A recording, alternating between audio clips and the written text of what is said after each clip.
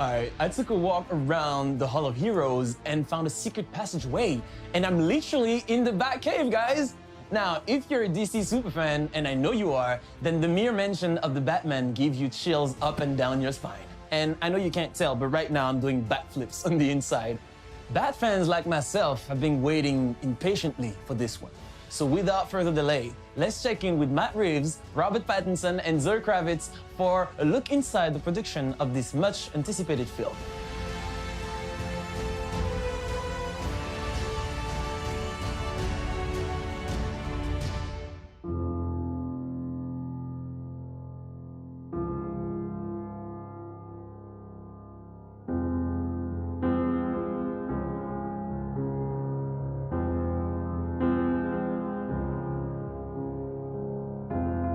For some reason, Batman just always stood out. It's one of the major characters of the 20th century, and so many people connect to it on such a deep level and for so many different reasons. The first conversation I had with Matt about it, I just knew there was something radically different from anything we'd seen in Batman movies before.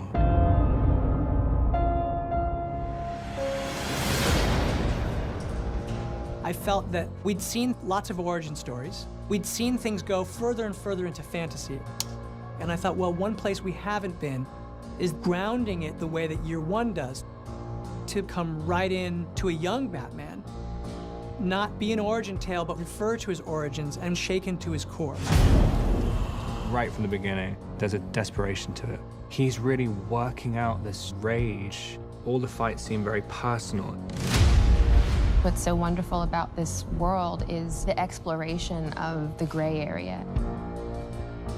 Catwoman really wants to fight for those who don't have someone else to fight for them. And that's where Batman and her really connect. He wants to inflict his kind of justice. He's just compelled to do it.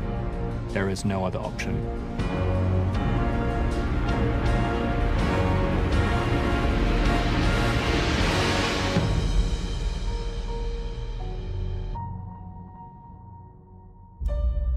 Hey guys, so you just saw a little look of us behind the scenes, and it feels like that was forever ago, which is really strange, and actually, as we're finishing the movie now, kind of really emotional for me to see you guys, especially after everything that's happened, and to see you now again. I feel like I've been watching your faces every day in editorial, but now to actually see you guys is really, really great, and I gotta say, it was an amazing time making the movie with you guys, and it's really cool to see you now. Oh, and it's so exciting to see like these little snippets of the film, you know, after, for us, being able to step away for a while. I know you've been in it the whole time, but every time I see just a little bit, it's so exciting. You can see the progression. It kind of seems like it's getting more exciting and bigger and kind of scary. Yeah. There was just something very special and magical about the way you guys played off of each other right from the beginning. And so I just knew right away, I was like going, wow, there's just a really neat, like I know you guys are friends, and so there was a great chemistry right from the beginning that I just felt like there was a connection, which you naturally had. And I feel like when we were filming, obviously that came out more and more. I mean, do you guys remember when we were doing that crazy sort of, I guess, screen test, I guess you would call it, you know, when you guys got together for the first time? I definitely remember, because that was basically my audition, right? You know, Rob was already cast, and that was my audition, and I was really nervous, and I remember you gave me like a the hardest part of the audition, to be honest, was the helmet. They were like, here's this helmet, you know, and you have to like walk out, and then you take the helmet off and you do the scene. But it's like sometimes really hard to look like cool when you're taking off like you get stuck. And I was like, this is how I lose the part. I lose the part because I can't take off a helmet. And it was just the opposite. Do you remember your first day, Rob, when you were wearing one of the actual bat suits? When Rob and I first got together, like we'd had all those conversations, and then just by virtue of what it is, it's Batman, the studio's like, well, we always do like a screen test, which is so like, you know, kind of the same thing you guys did. Rob did first by himself and literally was wearing, I believe, Val Kilmer's yeah. bat suit, yeah. Which, by the way, like the moment you put it on, like that was kind of a crazy moment. It was crazy, but I remember putting it on and thinking that this is impossible. This is going to be absolutely impossible. I remember you saying like, because I guess just trying to move, I mean, wearing a kind of 2-inch thick rubber suit or latex suit and being incredibly nervous and full of adrenaline the whole time. I remember we did like 2 takes, and then you were just saying, what can we do about this sweat? And I was like, nothing. There's nothing that can be done. I have to be drained of liquid. The other thing that I remember too, which is cool because it informed the movie, is at the end of that costume test, where you came and you put on the eye makeup and began the transformation.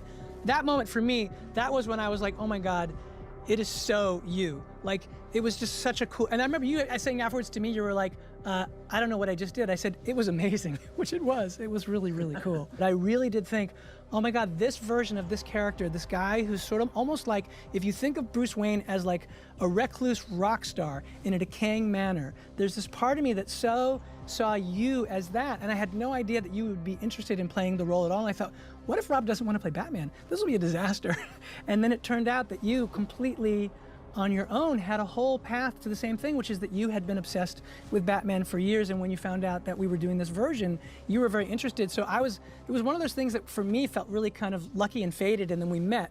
I really felt that connection with you where I felt like, oh, we're gonna be able to find something new with this guy and do something really special. But for me, you were always that version of what I saw in the page, and that was about trying to create a new version of Bruce. He doesn't have as much control over his personality. Like, the delineation between when he's Batman and when he's Bruce is not so clear. I mean, in other kind of iterations of it, you know, he really knows what he's doing when he's putting on the cowl. And I kind of really like this idea. It's a little bit out of control. He hasn't completely defined what Batman is. I mean, it's kind of, he gets lost in it. Whenever he's putting it on every night, and it's kind of, you're basically, he's not sleeping, and he's, you know, becoming this quite sort of odd creature. Like, just finding the right, literally how to move as Batman, how to talk as Batman. I mean, that was what was fun for me, even when you guys first met up. I was like going, oh, so this is the rhythm of what it'll be like when you guys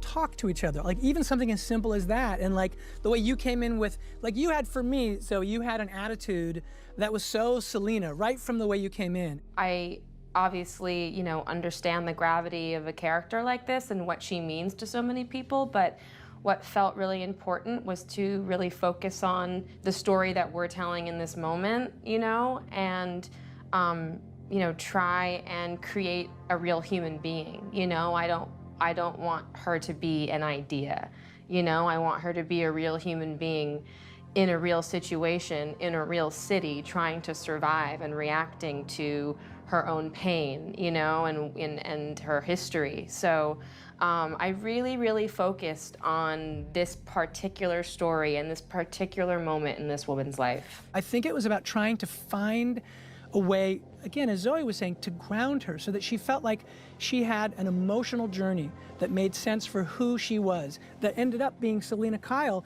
but was one that we hadn't seen before, and yet some ways it does connect to the comics. I mean, that's the thing which will be fun to share with an audience, is that there are a lot of iconic Selina Kyle aspects to the story, but I don't think any version of any of the Batman stories that have done any Selina stuff have done it in this way. Because this is the foundation that we're setting right now, right? Like, as we move forward and see her become Catwoman, you know, that heart and that humanity will always be there.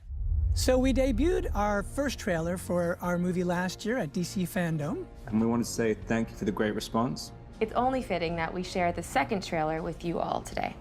Okay, enough from us. Here's what you've been waiting so patiently for. It's the trailer for The Batman.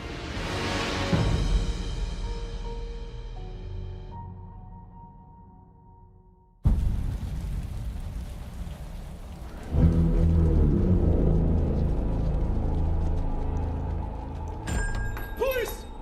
Hands up! Stay still! Get out of here!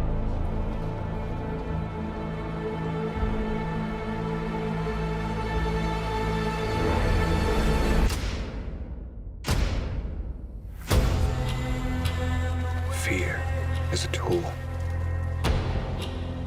But when that light hits the sky, it's not just a call. It's a warning.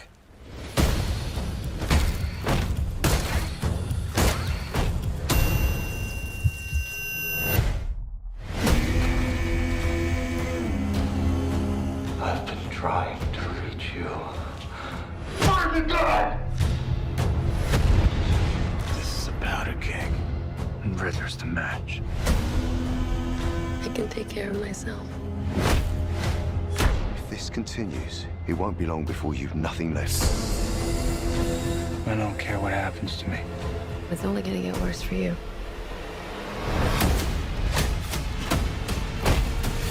Whoa, take it easy, sweetheart. Hear everything they say, ain't you? Maybe we're not so different. Who are you under there?